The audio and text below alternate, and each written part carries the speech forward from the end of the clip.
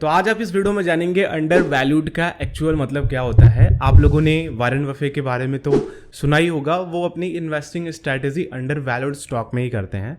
तो आखिर वो कैसे फाइंड आउट करते हैं, आप लोग किस तरीके से फाइंड आउट कर सकते हो, मैं आप लोगों को एक वेबसाइट भी दिखाऊंगा जिसकी हेल्प से आप लोग अंडर वैल्यूड स्टॉक को भी फाइंड आउट कर सकते हो। तो चलिए वीडियो को स्टार्ट करते हैं।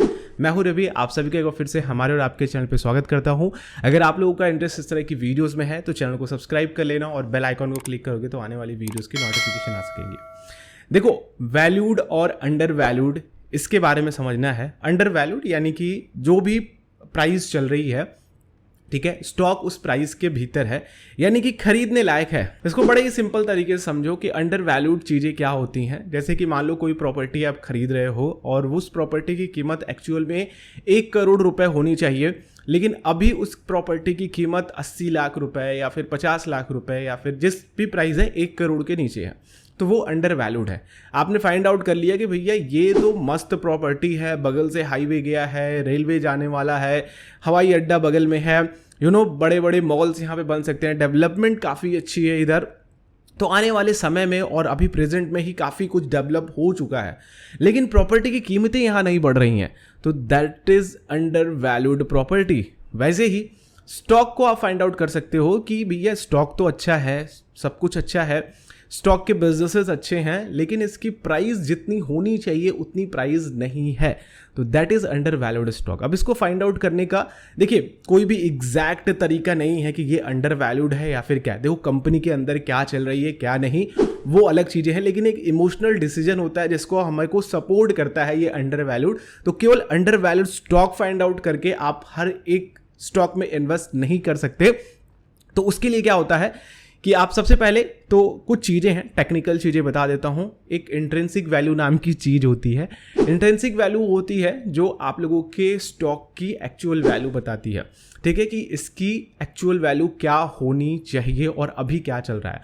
अगर इंट्रिंसिक वैल्यू के ऊपर स्टॉक की प्राइस चल रही है तो दैट इज ओवर वैल्यूड, और इंट्रिंसिक वैल्यू के नीचे स्टॉक की प्राइस चल रही है तो दैट इज अंडर वैल्यूड।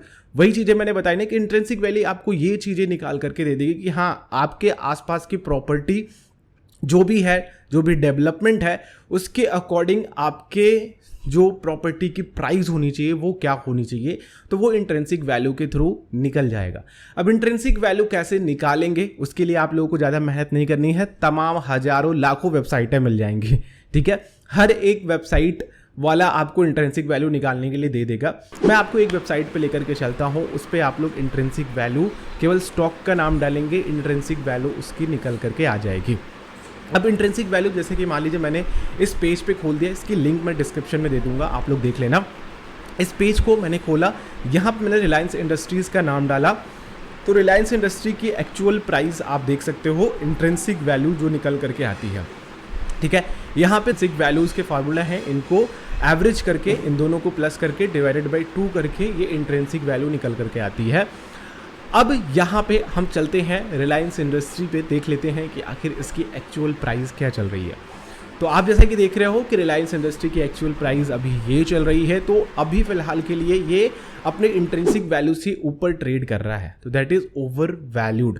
तो इसी तरीके से आप कोई भी स्टॉक फाइंड आउट करो, मैं आप लोगों को होमवर्क देता हूं, आप लोग जाकर के इस वेबसाइट पे किसी भी स्टॉक, अपने फेवरेट स्टॉक का नाम डालो, आप अपने फंडामेंटल या फिर टेक्निकल जिस भी तरीके से एनालिसिस करते हो उस स्टॉक को डालो और यहाँ से फाइंड आउट करो कि उसकी इंट्रिंसिक वैल्यू अभी क्या निकल करके आ रही है, एंड देन उसके बाद आप अपने प्राइस पे जाओ एंड देखो कि अभी वो स्टॉक ओवर वैल्यूड है या फिर अंडर वैल्यूड है। ओवर वैल्यूड की भी कुछ चीज़ें हैं जिनको हम आगे चल करके बातें करेंगे। अब ये सारी चीज़ें तो बातें हो गई, लोगों ने इसको बना दिया है। अब एक्चुअल में अंडर वैल्यूड का क्या मतलब है, ये कोई एग्जैक्ट तरीका नहीं है कि हाँ under valued stock is best stock, उठाने लायक है। अब रिलायंस मान लो कि 2100 रुपए पे चला गया, अब वहां पे गिरावट आई है, तो आप देखा जाए तो इंट्रिंसिक वैल्यू से वो नीचे ही है। बट रिलायंस इंडस्ट्री में क्या कोई नेगेटिव न्यूज़ है या फिर कुछ ऐसा होने वाला है रिलायंस इंडस्ट्रीज के साथ जो कि उसके लिए परेशानी खड़ी कर सकता है, उसके बिजनेसेस के लिए परेशानी खड़ी कर सकता है, तो वहां पे आपका इन्वेस्टमेंट जो है वो आपको नुकसान करा करके दे सकता है, क्योंकि आपने कंपनी की फंडामेंटल एनालिसिस नहीं करी है। तो अगर आप एक लॉन्ग टर्म इन्वेस्टर हो तो इंट्रिंसिक वैल्यू या फिर अंडर वैल्यूड चीज़ें आप लोगों को तभी फाइंड आउट करनी चाहिए जब आप लोगों को फंडामेंटल के बारे में थोड़ी जानकारी हो। आप लोग किसी भी स्टॉक रिकमेंडेशन या फिर कुछ भी ऐसी चीज़ें देख करके, पढ़ करके, जा करके इंट्रिंसिक वैल्यू निकाल करके या फिर इस तरीके से कंपेयर करके आप किसी भी स्टॉक में इन्वेस्ट मत करना, केवल और केवल ये जान करके कि भैया वॉरेन बफे जो हैं वो अंडर वैल्यूड स्टॉक में इन्वेस्टमेंट करते हैं। देखिए उनकी एक फॉर्म भी है, ठीक है, पूरी स्टॉक की हिस्ट्री अंदर तक घुस करके पता करते हैं। स्टॉक में क्या होने वाला है उनको होने से पहले ही पता होता है, तो वो अलग चीज़ें हैं।